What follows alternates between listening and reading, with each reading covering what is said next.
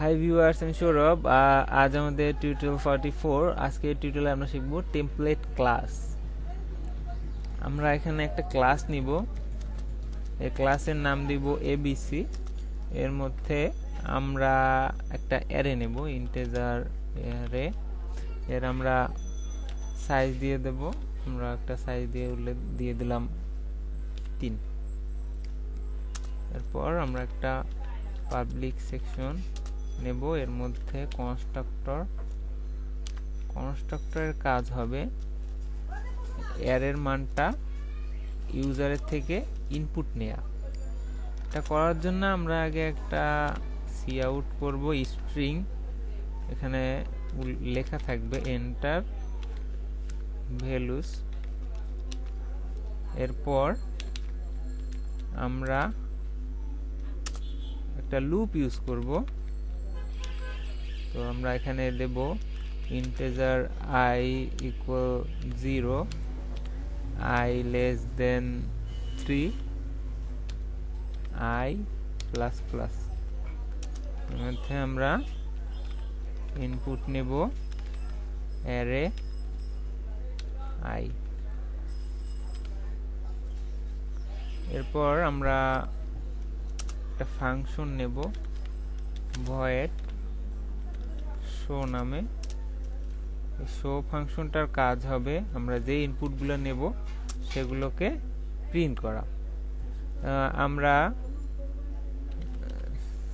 C out করব string entered value is।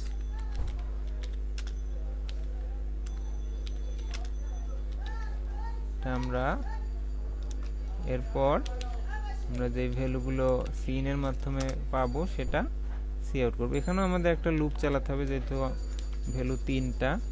আমরা এখানে integer I equal 0, I less than 3, I plus plus। এর মধ্যে আমরা সি আউট করব অ্যারে আইটাকে। আমরা এখান থেকে এটা একটু আমাদের কোড বড় হয়ে গেছে, আমরা এটা একটু নিচে নামিয়ে দেব। আমরা এখানে কি করলাম, একটা ক্লাস নিলাম, ক্লাসের মধ্যে একটা অ্যারে নিলাম।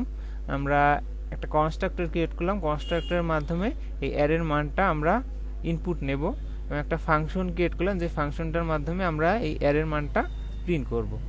এবং মেইন ফাংশন থেকে আমরা এবিসি ক্লাসের জন্য একটা অবজেক্ট ডিক্লেয়ার করব, এবিসি জন্য অবজেক্ট।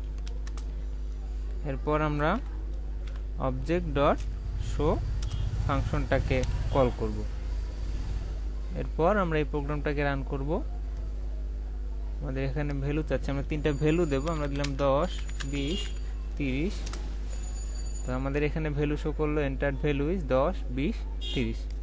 আমরা এখানে একটা কাজ করব, এখানে একটা স্পেস দিয়ে দেব। এটা পর আমরা এই প্রোগ্রামটাকে রান করব। আমরা যদি দেই 10, 20, 30, তাহলে আমাদের 10, 20, 30 ভ্যালু চলে আসবে। আমরা এখানে যদি একটা ডাবল টাইপের ডেটা নিতে চাই, এরপর এই ডাবল টাইপের ডেটার মানটা কিবোর্ড থেকে নিতে চাই কনস্ট্রাক্টরের মাধ্যমে এবং ফাংশনের মাধ্যমে যদি প্রিন্ট করাতে চাই, তাহলে কিন্তু আমাদের এরকম আরও একটা ক্লাস তৈরি করতে হবে। আমরা কিন্তু এই ক্লাসের মাধ্যমে এটা পারবো না। এর ফলে কি হবে, আমাদের লটস অফ জায়গা লাগবে, এখানে কোড করতে অনেক মেমোরি লাগবে, আর আমাদের এখানে কি হবে, টাইমটা অনেক বেশি ওয়েস্ট হবে। এটা থেকে রিলিজ পাওয়ার জন্য আমরা ইউজ করব টেমপ্লেট ক্লাস। মানে একটা ক্লাসের টাইপকে আমরা টেমপ্লেটের মাধ্যমে অ্যাক্সেস করব। এর ফলে আমরা ওই টাইপটা ওই ক্লাসের যেখান থেকে অ্যাক্সেস করি না কেন ওটা টেমপ্লেট হয়ে যাবে। তো আমরা এটা করার জন্য এখানে লিখব টেমপ্লেট।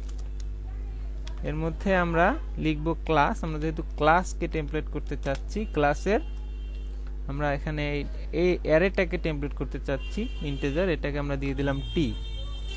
এরপর আমরা এখানে দেব টি। আমাদের এখানে এরপর আমরা মেইন ফাংশন থেকে দুটা অ্যাঙ্গেল ব্র্যাকেটের মধ্যে আমরা এই টি টাইপটা কি টাইপ দিতে চাই, আমরা যদি ইন্টিজার দিতে চাই তাহলে আমরা এখানে ইন্টিজার দেব, আমরা যদি ডাবল দিতে চাই তাহলে এখানে ডাবল দেব, আমরা যদি স্ট্রিং দিতে চাই তাহলে আমরা স্ট্রিং দেব। আমরা এখানে স্ট্রিং দেই। এরপর প্রোগ্রামটাকে রান করব। তাহলে আমাদের স্ট্রিং ভ্যালু চাচ্ছে, আমরা লিখব সৌরভ, এরপর লিখব সিএসসি, এরপর লিখব বিআইটিসি। তাহলে আমাদের শো করবে সৌরভ সিএসসি বিআইটিসি। একইভাবে আমরা এটাকে যদি ইন্টিজার করতে চাই তারপর আমরা এখানে লিখব ইন্টিজার, পর আমরা একটা অবজেক্ট ডিক্লেয়ার করলাম অবজেক্ট 1 নামে, এরপর আমরা অবজেক্ট 1 ডট শো ফাংশনটাকে কল করব। তাহলে আমাদের প্রথমে স্ট্রিং ভ্যালু দিতে হবে, আমরা আগের মতোই দিয়ে দেব সৌরভ সিএসসি বিআইটিসি। আমাদের এখানে ভ্যালু চাচ্ছে, আমরা এখানে সৌরভ সিএসসি বিআইটিসি এটা প্রিন্ট করলো। আমাদের দ্বিতীয় ভ্যালুটা আমরা দেব 10 20 30, আমাদের সেটা প্রিন্ট করলো। এর মাধ্যমে আমরা একটা টাইপ ইউজ করলাম, এখানে একটা ক্লাসের একটা মেম্বারকে আমরা টেমপ্লেটের মাধ্যমে অ্যাক্সেস করতে পারলাম। তার ফলে আমরা এই একটা কপি বিভিন্ন ডেটা টাইপের জন্য ইউজ করতে পারবো। এখানে এই টিটাকে আমরা এখানে দিয়ে দিলাম টেমপ্লেট ক্লাস ডিক্লারেশন। আমরা এখানে যদি চাই, এখানে আমরা কনস্ট্যান্ট ডেটা টাইপ ইউজ করতে পারবো। আমরা যদি চাই এখানে ইন্টিজার সাইজ ইকুয়াল 3, এরপর আমরা এখানে এই 3 না দিয়ে সাইজ দিয়ে এটাকে অ্যাক্সেস করতে পারবো। তাহলে আমাদের এখানে দিয়ে দিতে হবে সাইজ, এখানেও দিয়ে দিতে হবে সাইজ। আমরা এখানে এভাবে মোর জেনারিক টাইপে আমরা এখানে কনস্ট্যান্ট ডেটা টাইপও ইউজ করতে পারবো। আমরা এখানে কি দিলাম, ইন্টিজার সাইজ 3 দিয়ে দিলাম, তাহলে এই সাইজের মানটা 3 হয়ে গেল। এটা আমরা কনস্ট্যান্ট ডেটা টাইপ এখানে ইউজ করলাম। এরপর আমরা এই প্রোগ্রামটাকে রান করব, তাহলে আমাদের আগের মতো হবে। আমরা এভাবে কাজ করাতে পারি এটাকে। আমরা আরেকটা যেটা দেখব সেটা হলো আমাদের এখানে একটু কাটবো।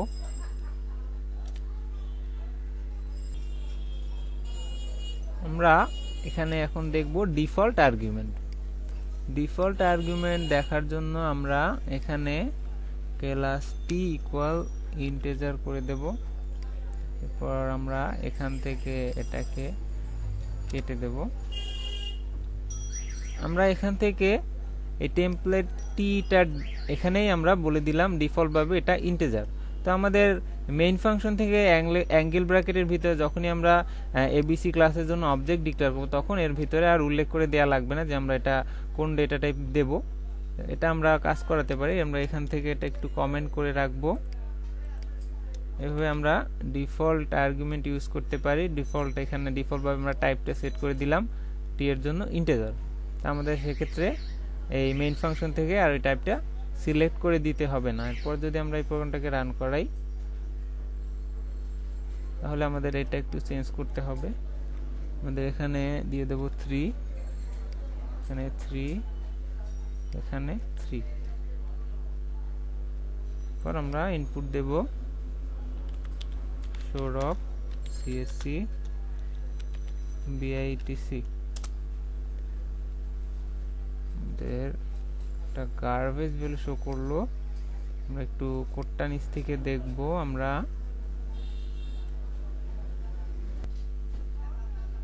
আমরা এখানে ইউজ করছি ইন্টিজার, তো আমাদের ইনপুট দিতে হবে ইন্টিজার, না হলে এটা গার্বেজ ভ্যালু শো করবে। তো আমরা এখানে ইন্টিজার কিছু ইনপুট দেব। আমরা যেহেতু এখানে ডিফল্ট ভাবে এখানে সেট করে দিয়েছি যে ডিফল্ট আর্গুমেন্ট যেটা টিটা হলো ইন্টিজার, এর ফলে এটা ইন্টিজার হয়ে যাবে। তো আমরা এই প্রোগ্রামটাকে একটু রান করব। পর আমরা মান দেব 10 20 30। তো আমাদের আউটপুট আসবে 10 20 30। এভাবে আমরা মূলত টেমপ্লেট ক্লাস ইউজ করি। একটা ক্লাসের একটা টাইপ যদি ওই ক্লাসের বিভিন্ন ফাংশনে ইউজ করা হয়, তখন আমরা কি করব, এই ক্লাসের ওই টাইপটাকে আমরা টেমপ্লেট ক্লাসের মাধ্যমে ডিফাইন করব। এর ফলে ওই টাইপটার মাধ্যমে আমরা যে কোনো ডেটা টাইপকে অ্যাক্সেস করতে পারবো। এটা করার জন্য আমরা এই মেইন ফাংশন থেকে যখনই একটা ক্লাসের জন্য অবজেক্ট ডিক্লেয়ার করব, তারই সাথে অ্যাঙ্গেল ব্র্যাকেটের মধ্যে আমরা এটা কোন টাইপের হবে, এই ডেটা টাইপটা কি হবে, সেটা আমাদের এখানে উল্লেখ করে দিতে হবে। এই হলো আজকের টিউটোরিয়াল। দেখা হবে পরের টিউটোরিয়ালে। Till then stay happy, programming এর সাথেই থাকুন।